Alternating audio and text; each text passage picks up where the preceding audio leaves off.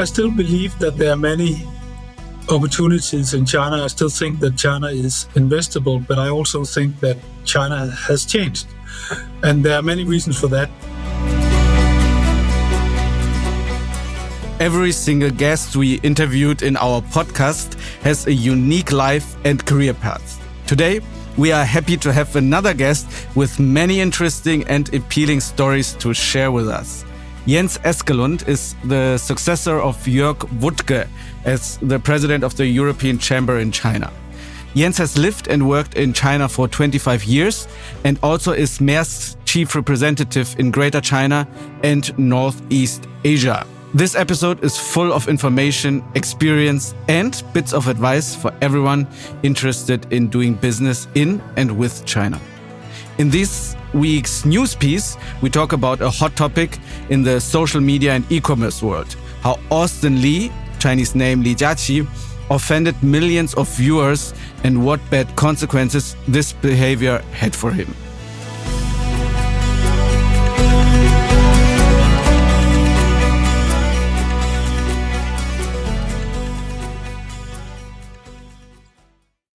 Made in China. Von der Werkbank der Welt zum größten Konsumentenmarkt und Technologieführer. Eine Reise durch das Leben, Business und die Kultur im Reich der Mitte mit Damian, Maib und Thomas Derksen. You are in Beijing right now, right? Yes. So have you been in Beijing? I am in Beijing at the chamber office. Ah, okay, good. Okay, so normally we start our podcast with a little game to get you to know a little bit. It's a very simple game. It's called the A-B game. We ask you questions like in the A-B system, and then you just answer us. For example, the first questions could be cat or dog, and then you answer. Easy, cat. Good. Yeah. So you got it. Okay, Damian, let's start. Okay, perfect. Coffee or tea? Coffee. Summer or winter? Summer. City or countryside? City. Early riser or night owl? Early. Book or movie? Book. Cycling or hiking? Sofa. No, hiking if I have to choose. Hiking. Hiking. Okay, sofa is also okay. No worries. I actually like walking. That's very good. Very good answers. Yeah, I can feel it already. It's going to be a good podcast. Printed book or ebook? Printed. Asia or Europe? Europe. Renewable energy or traditional energy sources? Renewable. Come on, guys. Digital trade platforms or traditional distribution channels? That's a difficult one. I'll go digital on this one. You can skip, no worries. Social responsibility or profit maximization? Social responsibility. Facebook or Instagram? None of them. Plane or train? Train. Okay, you can talk a little bit about social media. So you're not a social media user at all? Well, I am, but I'm also very judicious about it. And I think then there's an enormous amount of not very high quality social media stuff out there. And I think Facebook and Instagram are ones that I think sort of for time investment / quality ratio that seems to be pretty low for both Instagram and Facebook. So these are two platforms that I actually do not use. I believe 10-15 years ago I actually did make a profile on Facebook, but after so many people baking cookies and talking about their dogs, I found that my time was probably better spent elsewhere. That's and Instagram, right. that's a generational thing. That's just life is too short. That leads us to the next question. So do you spend your time cooking home or dining out? It's a good mix. I love cooking in the weekend, but I eat out at least once a day on average, generally Monday to Friday. But I do like home cooking also when I do it myself, not my wife. Keep her away from the pots. Casual attire or formal wear? Casual. And the last question is home office or in office? In office. Good. Thank you so much.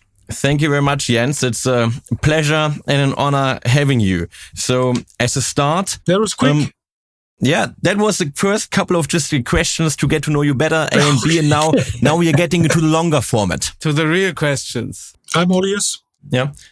So Jens, could you tell us a little bit about your career journey and how you came to your current position? Feel free to give it a couple of minutes. It doesn't need to be in a game short format here from now on.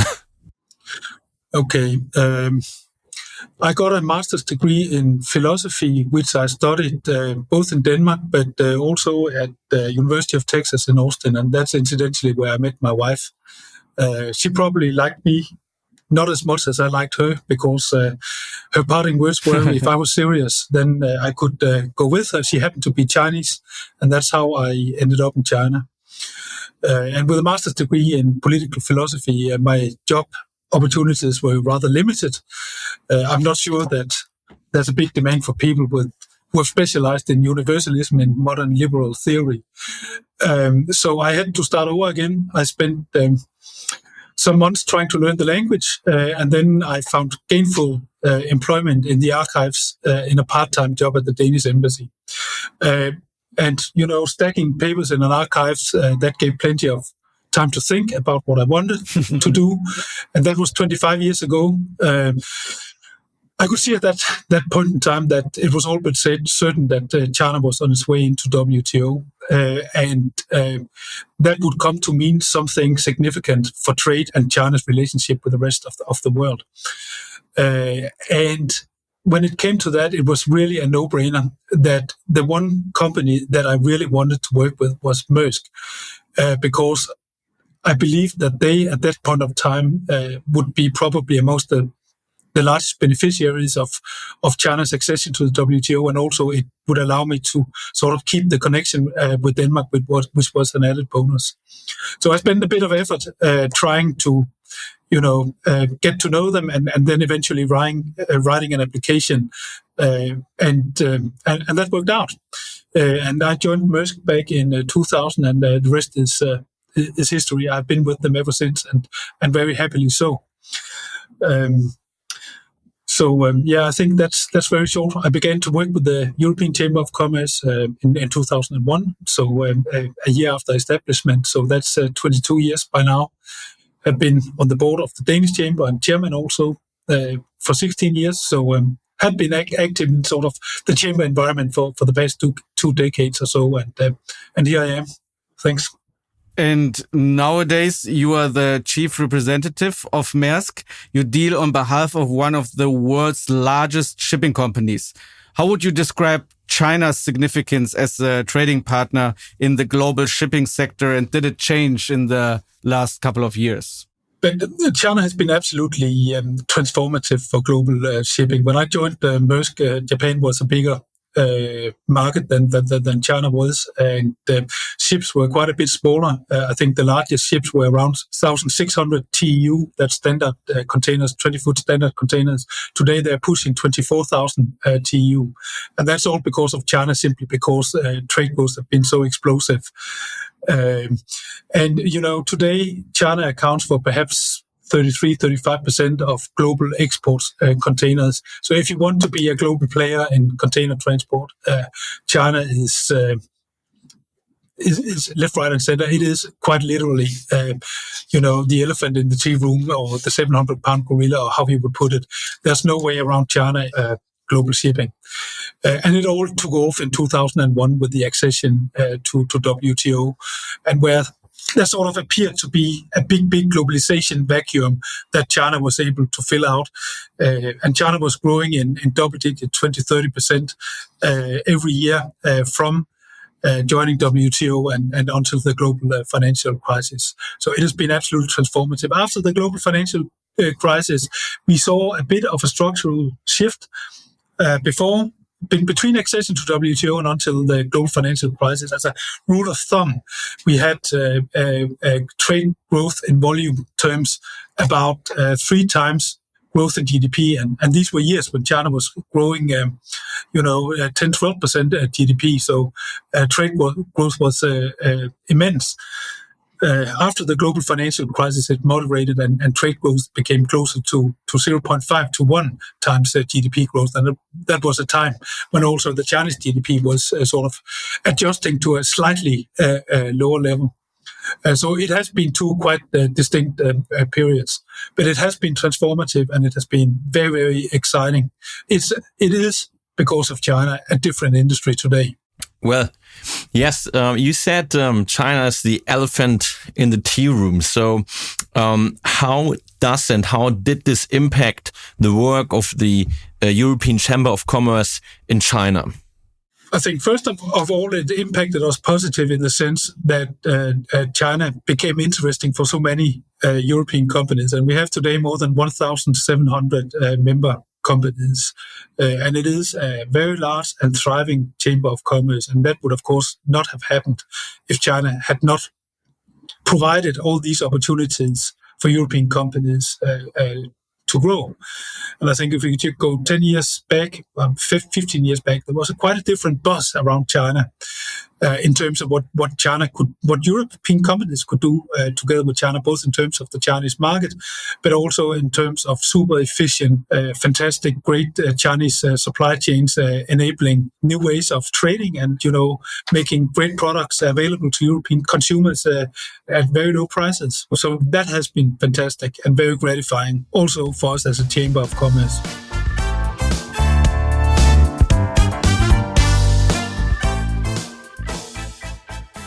A lot of our listeners work for European companies in China or also for Chinese companies in Europe or the other way around. And trade relations between the EU and China are very complex and getting even complexer. That's my feeling, at least. What, in your view, are the biggest challenges and opportunities also for business operating in both regions? I think it depends a little bit on where you sit right now. I think generally companies that are in China and are producing and servicing the Chinese market tend to be a little bit more optimistic and positive than companies that sit in Europe and export into China. And we've seen it also in the figures. European exports to China have been stagnant for quite a while, whereas Chinese exports into Europe has been grown quite significantly, to the extent that last year Europe exported 200 billion euros worth of goods to China, while 3 times as much went the other direction. And that's clearly not sustainable. And I think there are many reasons for that, but it's clear now that many European companies are beginning to getting squeezed, not just in terms of their ability to export to China, but also in their home markets in China, they're beginning to get squeezed by Chinese competition. To give an example, machineries, which is a key component of German exports. I believe last year, German exports of machinery to China increased by 0.8%. Chinese exports of machinery to Germany increased by 20%. And now, of course, we see another key industry in Europe potentially being under assault with the very, very dramatic increase in Chinese automotive exports to Europe and the rest of the world. So it's changing. And I think that's really, what would be interesting to follow is that what will the impact be on for European companies when we see now increasingly that Chinese companies, for this, that, or the other reason, are evolving into becoming very significant, maybe even existentially critically important competitors of big European companies. Yeah, and in a recent interview, you mentioned that the government could do more to restore our members' companies' traditional confidence to invest their money in China so that it would be safe.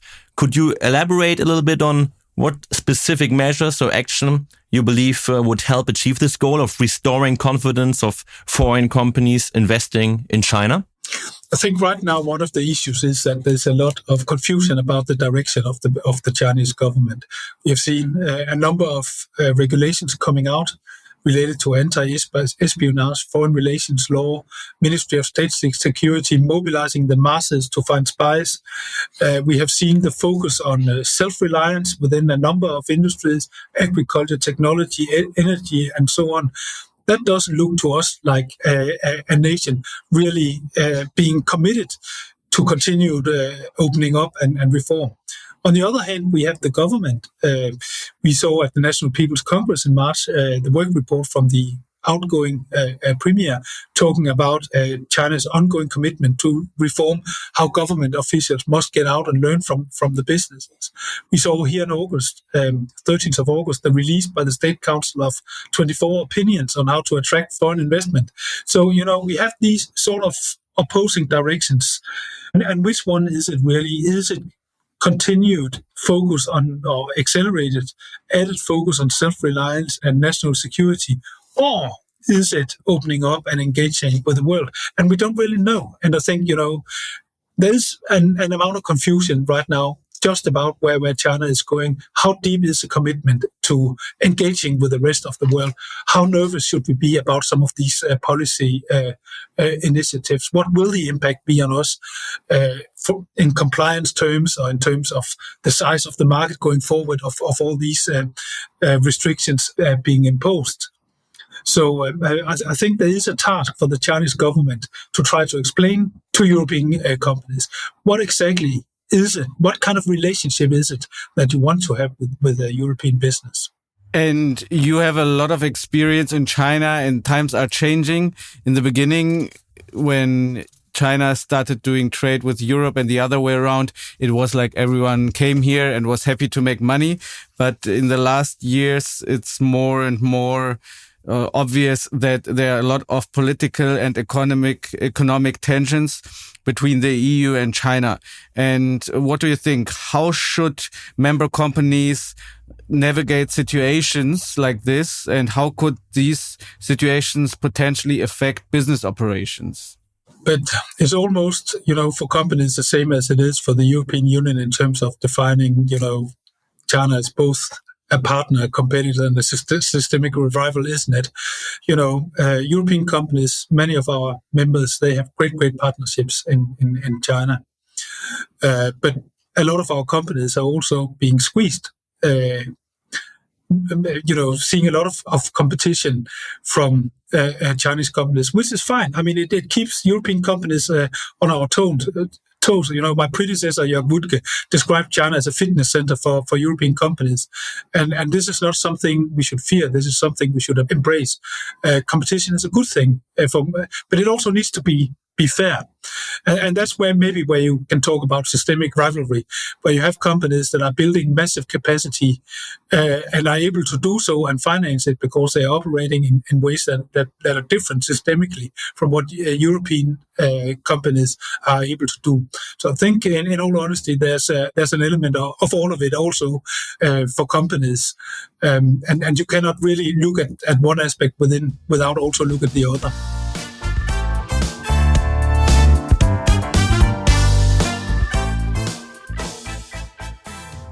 Yeah, and China has significantly invested in technology and innovation, become stronger and stronger in multiple areas, and now even doing electric cars and making us Germans a big headache.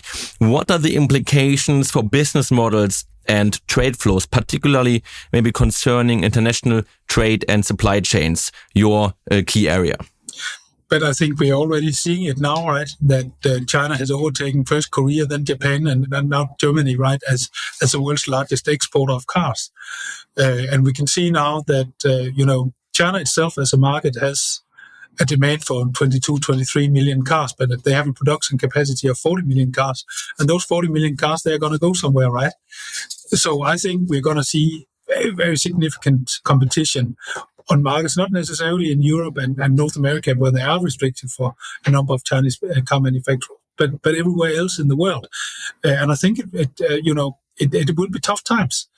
And also because, these companies, a lot of them have been able to, integrate vertically entire supply chains in a different way than we have in Europe now, and have a lower cost base. I don't know, maybe if they're able to produce an EV at $5,000 or $10,000 lower than European manufacturers, that's going to make a big difference when you go and compete around in the world. So I think we're in for a shake-up. But I also have a great confidence in the ability of European companies to reinvent themselves and address.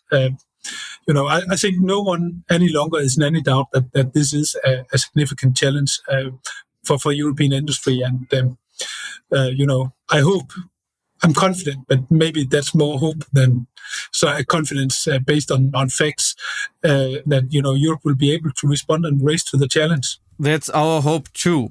So let's go back a little bit to your day job at Maersk. We are very interested in your expertise in the shipping sector, because the shipping sector is important for everyone who's doing trade, who's doing products, importing, exporting, and even for us as consumers.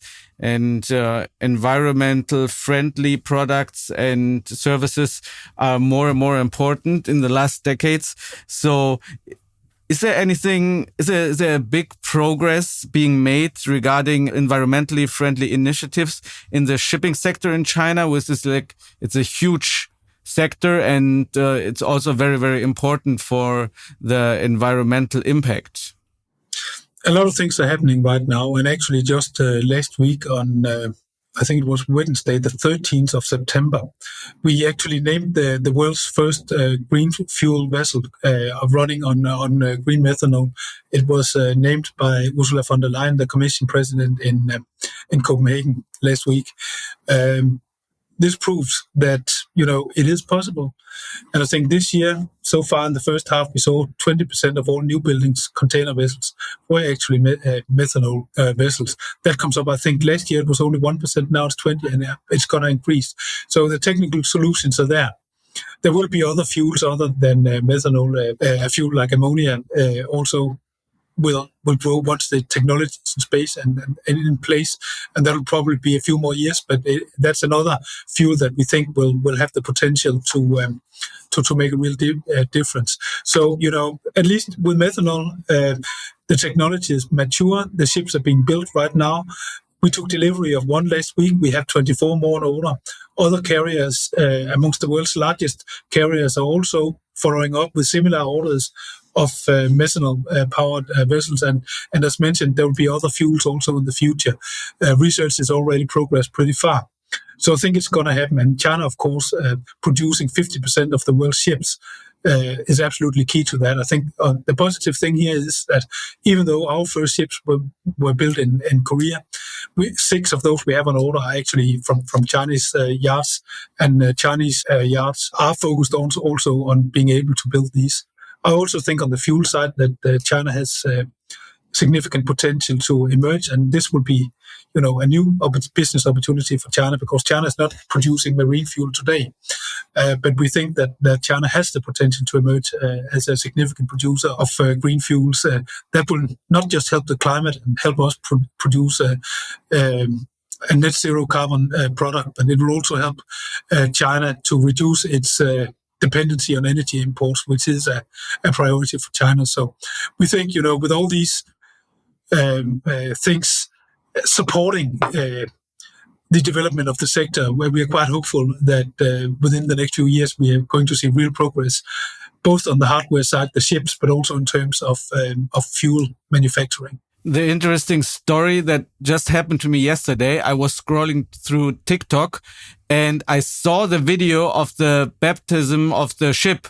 Actually, you just mentioned it's called Lara or something, right? Lara Maersk. Yeah, Laura Maersk.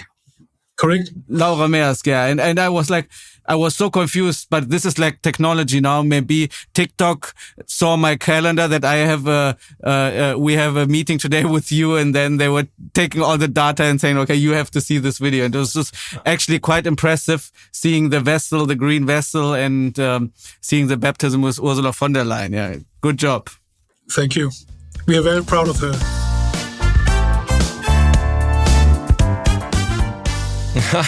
Yeah, you can be. And yeah, Jens, I mean, in your position, you're very exposed to a lot of international and probably particularly European companies, family or business owners and CEOs of multinational corporations. What advice are you giving these leaders if they are to expand their presence in the Chinese market, maybe both economically and culturally? I still believe that there are many opportunities in China. I still think that China is investable, but I also think that China has changed. And there are many reasons for that. One is, as I mentioned, the Chinese focus on security and self-reliance. No matter how much China chooses to open to the outside world, these will still be big concerns, and security sometime and self-reliance concerns will override the desire to open up. So there will be big sectors, I think pretty much everything digital, for example, will be very difficult to get in on. I also think that when China goes from growing 10% a year to maybe 3, 4, 5% a year, it will not be as attractive to everyone as it was when China grew 10%. When an economy is growing 10%, then there's probably something in it for pretty much everyone, no matter what industry you're in. But with an economy settling at a growth level that is somewhat lower, then there will be certain industries that perhaps will not be having the same potential as companies had earlier. So I think it's really, really important that you do your homework. You find out specifically within your segment, both product-wise and price point also, what really is your license to play in China? What is it that you can bring in that sort of fits with what China needs right now? And this is something that changes over time. So you really need to be on the ball here and understand in which way China has transformed as a market because of changes in the economy, but also, and because of local competition, but also because politically China is evolving. So invest in getting the intelligence right before you make the jump. For a lot of us, there'll be many, many opportunities going forward. I certainly think for us in Maersk, there will be, but for other industries, other companies, it will be more difficult. I think in particular, I think it's a pity with the difficulties we see now. We see very few SMEs coming to China now. I think a lot of SMEs are concerned about whether the world is evolving in a way where companies will need to have separate supply chains, one for China and one for the rest of the world. Some of these things and sort of increased level of insecurity that many companies feel in regards to China and where China stands in a wider geopolitical situation is something that maybe makes it more difficult, in particular for SMEs, to make a jump, which might be very, even existential for them. If you're a big MNC who's already present in 100 countries, maybe it's not an existential choice. But if you are an SME who's deciding between should I choose Vietnam or China, I think it's a more difficult choice. As we have a lot of young listeners listening to our podcast and taking notes from all the very experienced people here, our last question would be, is there a particular experience or lesson from your career or from your life that you would like to share with our listeners? Take the chance, in particular if you're young. I met my wife-to-be, wonderful Chinese woman. We have our silver anniversary next year. I had an education that I could use for absolutely nothing when I came to China. Of course, I can still use what I learned, but not something that I could put on a CV and sort of employ. But still, where I was in my life when I made the move to China, I was 27 years old. It's the best choice I ever made. So sometimes when in your gut you feel something is absolutely correct and you have the means to do it, where you feel you are not, for family reasons and other, are not able to make it, then really try and go for it. It is the single most consequential and important and in hindsight, right decision I made in my life. But there's a time for everything. And of course, I do not recommend everyone to do that. It depends on your life circumstances. But if you're young, you just graduated, you're about to make life choices, maybe that's where I think, there is something to be said for going with your gut feeling, make the leap. For me, at least, it has been immensely rewarding. And I would do it all one time over if I could. Wonderful last words and also inspiring from Jens Eskelund, the president of the EU Chamber of Commerce in China and the chief representative for Greater China and Northeast Asia at Maersk. Thank you so much, Jens, for your insights and for your stories. Thank you very much, Jens. Thanks for having me.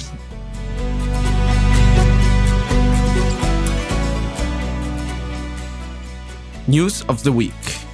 Apology after 720 million watched top China retail influencer Lipstick King demean buyer on live stream by South China Morning Post. China's top e-commerce beauty products guru Austin Li Jiaqi has made a tearful apology for ridiculing people who cannot afford to buy his products. Widely known as Lipstick King because of the amount of a particular cosmetic that he sells, Li said he was sorry for inappropriate comments he made during a recent live streaming session.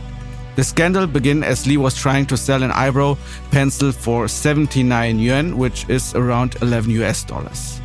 A woman in the online audience complained that it was too expensive and appeared to trigger the Lipstick King. Why do you think it's expensive? It has been sold at the same price for the past few years. Don't lie through your teeth, Li said to the woman. Domestic brands are facing a tough situation this year.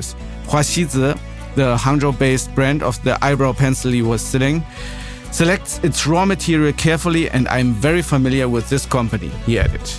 But it was his next comments which sparked particular outrage. He told the woman, "Sometimes you should reflect on why your salary has not increased. It is because you don't work hard, right?" The remarks created a fierce backlash online which has prompted Li to make 2 separate apologies. "I've read all your comments and I've been reflecting upon my mistakes. I sincerely accept your criticism and advice about my inappropriate remarks," a tearful Li said. "From now on, I will settle down to seriously think about how to serve more people in a better way. Thank you for your criticism and supervision," he said. Online reaction has mostly been critical, with one online observer saying, "We are not disappointed, we are angry. Li Jiaqi, you are expected to boost consumption, not to provoke consumers," said another. So what do you think? Are the online comments exaggerated, or is it understandable from your point of view that consumers are angry at Li Jiaqi, and how should he solve this problem? We are very happy to have a very active LinkedIn community. You can share your thoughts in our community in the comments, and we would love to hear from you. Here, and see you next week.